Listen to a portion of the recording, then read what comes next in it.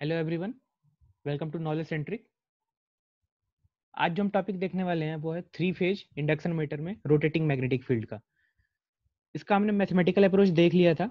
अब आज जो हम देखने वाले हैं वो इसका एनालिटिकल अप्रोच देखने वाले हैं। एनालिटिकल अप्रोच में क्या है कि हमें मैग्नीट्यूड तो नहीं पता चल पाएगा कि 1.5 टाइम्स है, लेकिन हाँ, जो रोटेटिंग मैग्नेटिक फील्ड है उसकी डायरेक्शन अपने को दिख जाएगी। तो हमें वही देखना है अभी कि एक्चुअल में जो मैग्नेटिक फील्ड जनरेट हो रहा है वो रोटेट कैसे हो रहा है ना। तो स्टार्ट करते हैं। अब यहाँ पे आपको थ्री फेज की मशीन दिखाई दे रही है, उसके स्टेटर की वाइंडिंग है ये, जहाँ पे ए बी सी से मैंने 3 फेज दिखा रखे हैं।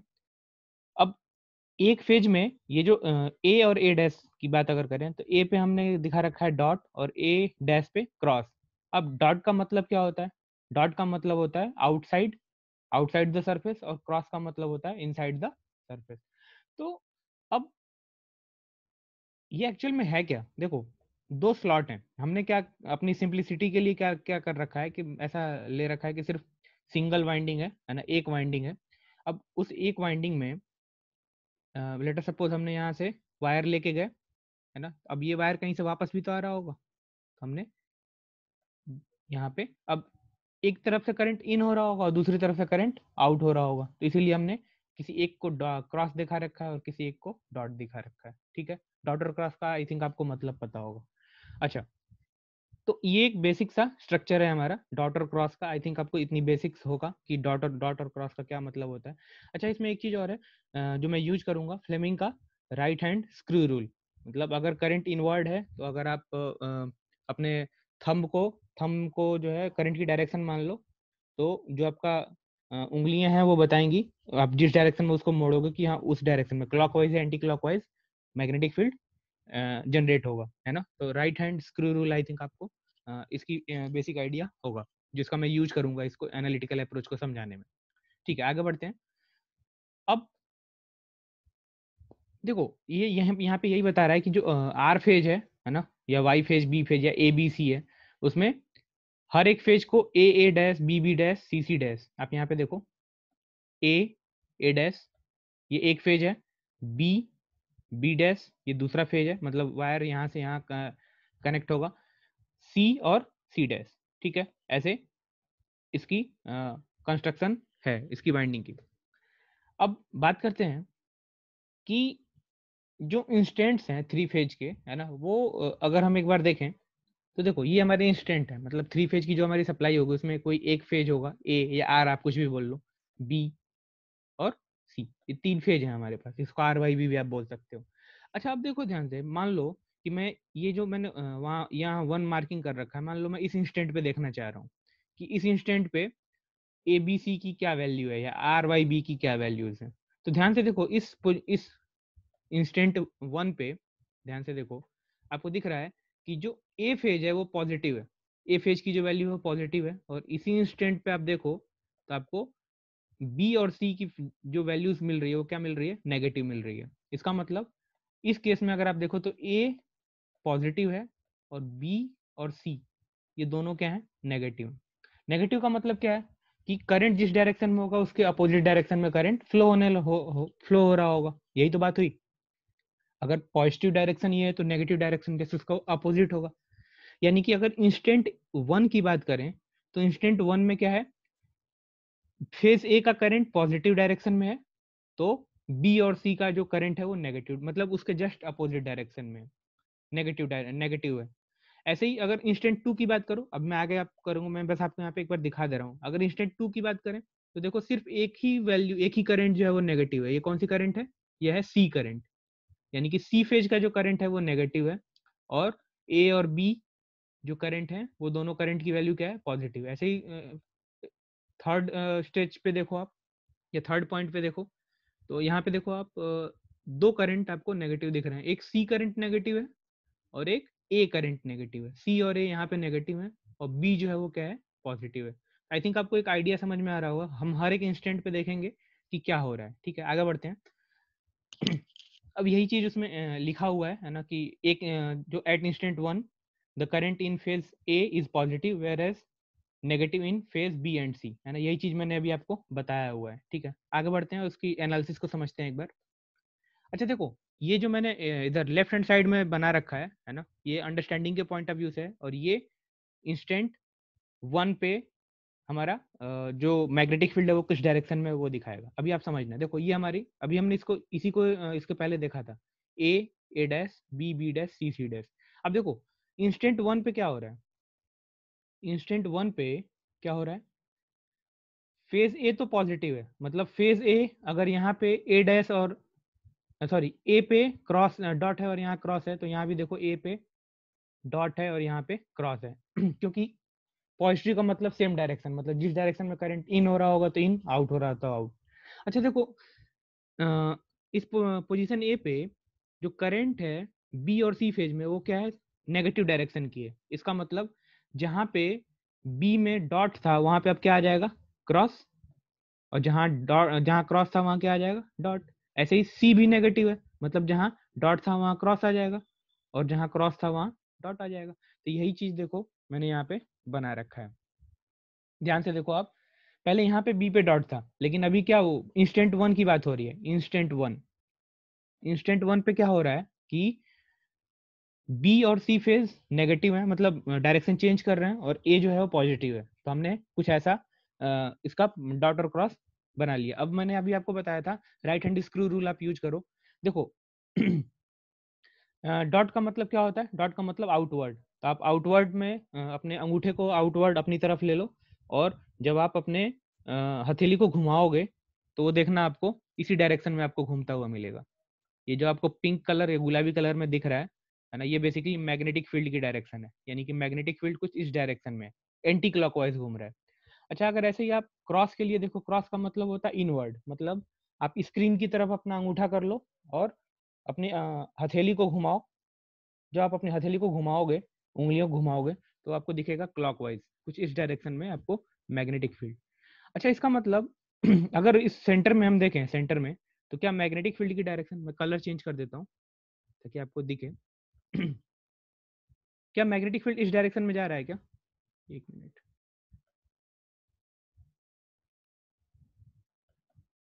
क्या मैग्नेटिक फील्ड इस डायरेक्शन में अपने को दिख रहा है क्या, बिल्कुल, है ना। ओवरऑल जो मैग्नेटिक फील्ड है वो इस डायरेक्शन में, यानी कि अगर इंस्टेंट वन की बात करें तो इंस्टेंट वन में जो मैग्नेटिक फील्ड है हमारा वो इस डायरेक्शन में है। ठीक है, क्योंकि दोनों जो तीनों फेज का जो मैग्नेटिक फील्ड है वो बेसिकली एक डायरेक्शन में हमें दिख रहा है ना, इस डायरेक्शन में। ठीक है, अब इंस्टेंट टू पे चलते हैं। इंस्टेंट टू पे क्या है, इंस्टेंट टू पे आप देखोगे तो आपको क्या दिख रहा है कि सिर्फ सी फेज जो है वो नेगेटिव है, ए और बी फेज जो है वो क्या है, पॉजिटिव है। तो आगे बढ़ते हैं, इंस्टेंट सी पे चलते हैं। यही चीज अब मैंने यहाँ पे लिखा हुआ है कि at instant two C phase जो है वो क्या है, नेगेटिव है। आप यहाँ देखो सी फेज जो है नेगेटिव है और बाकी जो है वो क्या है, पॉजिटिव। तो एनालिसिस पार्ट पे चलते हैं अच्छा इधर ये जो लेफ्ट साइड में है ये मैंने सिर्फ अंडरस्टैंडिंग के लिए बनाया है। ये जो हमारा इंस्टेंट है ये इंस्टेंट टू है। अच्छा इंस्टेंट टू पे देखो क्या है, ये हमारा ओरिजिनल ओरिजिनल सर्किट है, ए सॉरी डॉट और क्रॉस का। अच्छा अब यहाँ पे देखो वो क्या कह रहा है कि सिर्फ सी जो है वो नेगेटिव है, यानी कि जो सी का जो पोर्शन है जहाँ पे डॉट है वहाँ क्रॉस कर दो, और जहाँ क्रॉस है वहाँ डॉट कर दो, क्योंकि सिर्फ सी नेगेटिव है, ए और बी क्या है, पॉजिटिव है। तो ए और बी में हमने कोई छेड़छाड़ नहीं करी, कोई बदतमीजी नहीं करी ए के साथ, सिर्फ छेड़छाड़ किसके साथ करी है, सिर्फ सी के साथ, है ना। अब सी पे जहाँ क्रॉस था वहां पे हमने क्या लगा दिया, डॉट। देखो जहाँ जहाँ सी पे क्रॉस था वहां पे डॉट लगा दिया, जहाँ पे डॉट था वहां पे क्रॉस लगा दिया। अच्छा अब देखो इसका मतलब यहाँ पे ये ए सी डैश और बी, ये वाला ए सी डैश बी, ये तीनों डॉट हो गए। अब डॉट हो गए तो डॉट का मतलब क्या होता है, आउटवर्ड। तो आप अ, अपने अंगूठे को आउटवर्ड करके और अपने हथेली को घुमाओ तो आपको दिखेगा कि जो मैग्नेटिक फील्ड है वो एंटी क्लॉकवाइज आपको इस डायरेक्शन में दिख रही है। ठीक है, अच्छा ऐसे ही अगर आप ये क्रॉस के लिए देखो, तो क्रॉस के लिए क्या है, क्रॉस का मतलब होता है इनवर्ड। इनवर्ड जब आप करके अपने left hand sorry right hand screw rule का यूज करोगे तो आपको जो मैग्नेटिक फील्ड मिलेगा वो कुछ क्लॉकवाइज डायरेक्शन का मिलेगा। अच्छा अब एक चीज देखो ध्यान से, क्या अपने को ऐसा दिख रहा है क्या कि जो ओवरऑल मैग्नेटिक फील्ड है वो कुछ इस डायरेक्शन की है, जितने भी कंडक्टर्स हैं, जितने भी सप्लाई है उसके कारण इस डायरेक्शन में, यानी कि इंस्टेंट टू में जो हमें मैग्नेटिक फील्ड मिल रही है वो किस डायरेक्शन में मिल रही है, इस डायरेक्शन। अच्छा, इंस्टेंट वन में जो मैग्नेटिक फील्ड वो किस डायरेक्शन में थी? इस डायरेक्शन में। तो आप देखो ध्यान से, क्या जब 3 फेज की हम सप्लाई दे रहे हैं 3 फेज वाइंडिंग में, तो आप ध्यान से देखो इंस्टेंट वन पे मैग्नेटिक फील्ड बिल्कुल इस डायरेक्शन में थी, इस डायरेक्शन में। अच्छा, इंस्टेंट टू पे वो मैग्नेटिक फील्ड कहाँ पे आ गई? इस डायरेक्शन में। तो इसका मतलब आपको सिर्फ दो केस से ही आपको अंडरस्टैंडिंग समझ में आ रही होगी कि जो हमारी मैग्नेटिक फील्ड है, जो रिजल्टेंट मैग्नेटिक फील्ड है, वो क्या हो रहा है? रोटेट हो रहा है। अभी एक और केस देखते हैं, है ना, थर्ड इंस्टेंट वाला। थर्ड इंस्टेंट में आप देखो ध्यान से, इस इंस्टेंट की बात हो रही है। इस इंस्टेंट में देखो तो और ए और सी ए और सी नेगेटिव है और बी जो है वो क्या है? पॉजिटिव है। तो आगे बढ़ के देखते हैं एक बार। इंस्टेंट सी की बात हो रही है। इंस्टेंट सी में ए बी और सी है ना, जिसमें से आपको बी फेज पॉजिटिव है और ए और सी जो है वो नेगेटिव है। तो अब देखते हैं यहाँ पे, ये हमारा थर्ड इंस्टेंट है। इंस्टेंट थर्ड में ध्यान से देखो, ये हमारा ओरिजिनल है स्टार्टिंग का, ठीक है, ये वाला सर्किट। अब इसमें क्या कह रहा है कि बी को तो वैसे ही रहने दो, क्योंकि बी पॉजिटिव है तो हम पॉजिटिव डायरेक्शन को सही मान रहे हैं। तो मतलब अगर यहाँ पे डॉट है बी पे और यहाँ पे क्रॉस है, तो वो यहाँ भी रहेगा, बी पे डॉट और यहाँ पे क्रॉस, ठीक है। अब वो कह रहा है कि ए और सी नेगेटिव हो गए, मतलब जहाँ पे ए पे डॉट था वहाँ क्रॉस बना दो। तो जहाँ ए पे डॉट था वहाँ हमने क्रॉस बना दिया, जहाँ क्रॉस था वहाँ डॉट बना दिया। ऐसे ही सी के साथ भी किया है। सी में देखो यहाँ पे क्या था? डॉट था, तो हमने सी पे यहाँ पे क्या बना दिया? क्रॉस बना दिया, है ना। अच्छा, अब फिर वही काम करते हैं। क्रॉस का मतलब इनवर्ड और डॉट का मतलब आउटवर्ड। तो आप आउटवर्ड ले लो और राइट हैंड स्क्रू रूल लगा लो।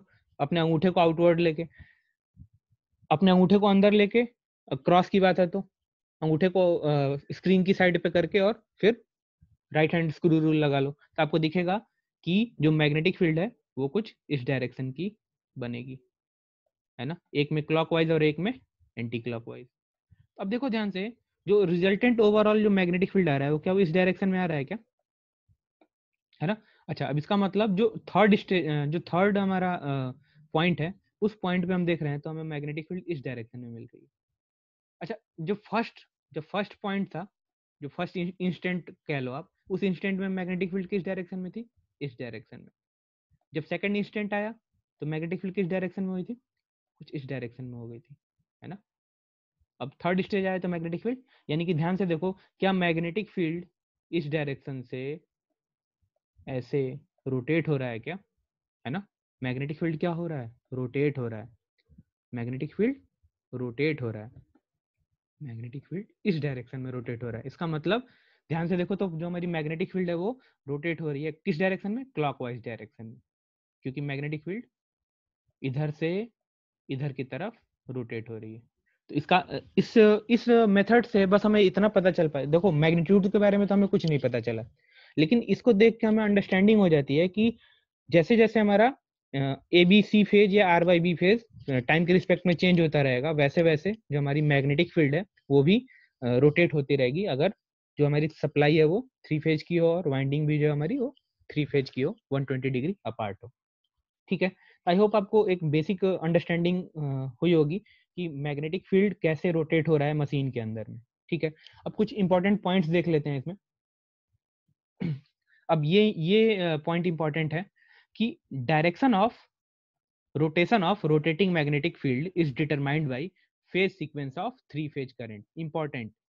इंपॉर्टेंट क्या आपसे पूछा जाएगा कि 3 फेज इंडक्शन मोटर की डायरेक्शन कैसे चेंज करोगे, है ना। तो आपको बताना है कि उसका फेज सीक्वेंस चेंज करके, अगर मान लो A B C A B C A B C या आर वाई बी से अगर मैग्नेटिक फील्ड क्लॉकवाइज डायरेक्शन में हो रही है, अगर मान लो हम क्या करें, किसी एक फेज को चेंज कर दें, ए सी बी कर दें, है ना, किसी भी एक फेज को चेंज करें तो इसकी डायरेक्शन जो है वो क्या हो जाएगी? चेंज हो जाएगी। अच्छा, किसी दो फेज को चेंज कर दें तो फिर भी वही डायरेक्शन हमारी क्या हो जाएगी? फिर से वही डायरेक्शन हो जाएगी। तो मतलब बेसिकली ये है यहाँ पे जो ओवरऑल जो मैं कहना चाह रहा हूँ वो ये है कि फेज सीक्वेंस डिसाइड करता है मैग्नेटिक फील्ड की डायरेक्शन, कि मैग्नेटिक फील्ड किस डायरेक्शन में रोटेट हो रहा है। तो अगर आपसे कोई पूछता है कि 3 फेज इंडक्शन मोटर की डायरेक्शन कैसे चेंज करेंगे, तो आपको बोलना है कि उसकी जो फेज सीक्वेंस है उसको अगर हम चेंज कर देते हैं तो हमारा डायरेक्शन चेंज हो जाएगा, ठीक है। और कुछ इंपॉर्टेंट पॉइंट देखते हैं इसमें इसमें यही चीज इसमें इन्होंने लिख रखा है कि अगर हम फेज सीक्वेंस चेंज करेंगे तो क्लॉकवाइज से एंटी क्लॉकवाइज हम डायरेक्शन चेंज कर सकते हैं। अच्छा, अब एक चीज है स्पीड। अब जो रोटेटिंग मैग्नेटिक फील्ड है, जो मैग्नेटिक फील्ड मशीन के अंदर में जो मैग्नेटिक फील्ड रोटेट हो रहा है ना, अब वो किस स्पीड से घूम रहा होगा, इस मैग्नेटिक फील्ड की स्पीड क्या होगी। तो ये जो मैग्नेटिक फील्ड इस मशीन के अंदर घूम रहा है, उसकी स्पीड जो होती है उसको बोलते हैं सिंक्रोनस स्पीड, एनएस, है ना। और एनएस इज इक्वल टू होता है 120 F by P, 120 F by P, जहाँ पे एफ जो है वो फ्रीक्वेंसी है, सप्लाई फ्रीक्वेंसी, और पी जो है वो नंबर ऑफ पोल्स है, मशीन में नंबर ऑफ पोल्स। अब इसका डेरिवेशन मैंने आपको डीसी मशीन में बताया हुआ था, जहाँ पे मैंने आपको एक टर्म बताया होगा, theta electrical theta electrical is equal to P by two theta mechanical, है ना। Theta electrical is equal to P by two theta mechanical, दोनों साइड डिफरेंशिएट कर दो तो D theta by D T और D M by D theta. Theta क्या है, angular displacement है। जब आप डिस्प्लेसमेंट या डिस्टेंस को जब आप डिफरेंशिएट करोगे तो आपको स्पीड या वेलोसिटी मिलेगी, है ना, यानी कि d theta e by D t. हम इसको क्या लिख सकते हैं, ऑब्वियसली स्पीड या वेलोसिटी तो ओमेगा, इसी को तो बोलते हैं एंगुलर वेलोसिटी यानी कि omega e is equal to P by two omega M, है ना। अब दो ओमेगा है, एक इलेक्ट्रिकल के टर्म में और एक मैकेनिकल के टर्म में। तो इलेक्ट्रिकल के टर्म में ओमेगा की वैल्यू क्या होती है, 2 pi F is equal to P by two. और मैकेनिकल के टर्म में ओमेगा की वैल्यू क्या होती है, 2 पाई एन डिवाइड बाई 60, है ना। वो एन जो है वो स्पीड है। तो आप यहाँ से जब इसको सॉल्व करोगे, 2 से 2 कैंसिल हो जाएगा, तो यहाँ से जो आपको एन मिलेगा वो मिलेगा 2 पाई से 2 पाई कैंसिल हो जाएगा, 120 एफ बाई पी। तो ये इसका डेरिवेशन है। आई थिंक ये आपको पता होगा, मैंने आपको एक रिकॉल करा दिया है, डीसी मशीन में हमने इसको डिस्कस करा था। तो यही जो स्पीड होती है इसी को हम बोलते हैं सिंक्रोनस स्पीड, और इसी स्पीड से जो हमारी मैग्नेटिक फील्ड है वो रोटेट होती है। 3 फेज इंडक्शन मशीन में मैग्नेटिक फील्ड रोटेट हो रहा है, इस स्पीड को हम इसीलिए सिंक्रोनस स्पीड भी बोलते हैं। ठीक है, आगे बढ़ते हैं। अब इंपॉर्टेंट पॉइंट जो है आपको इसमें जो रखना है, ध्यान में रखना है, resultant MMF produced by 3 phase current flowing in 3 phase winding consist of the following component। इसमें से क्या क्या होता है तो इसमें फंडामेंटल एमएमएफ होता है या फंडामेंटल फ्लक्स होता है।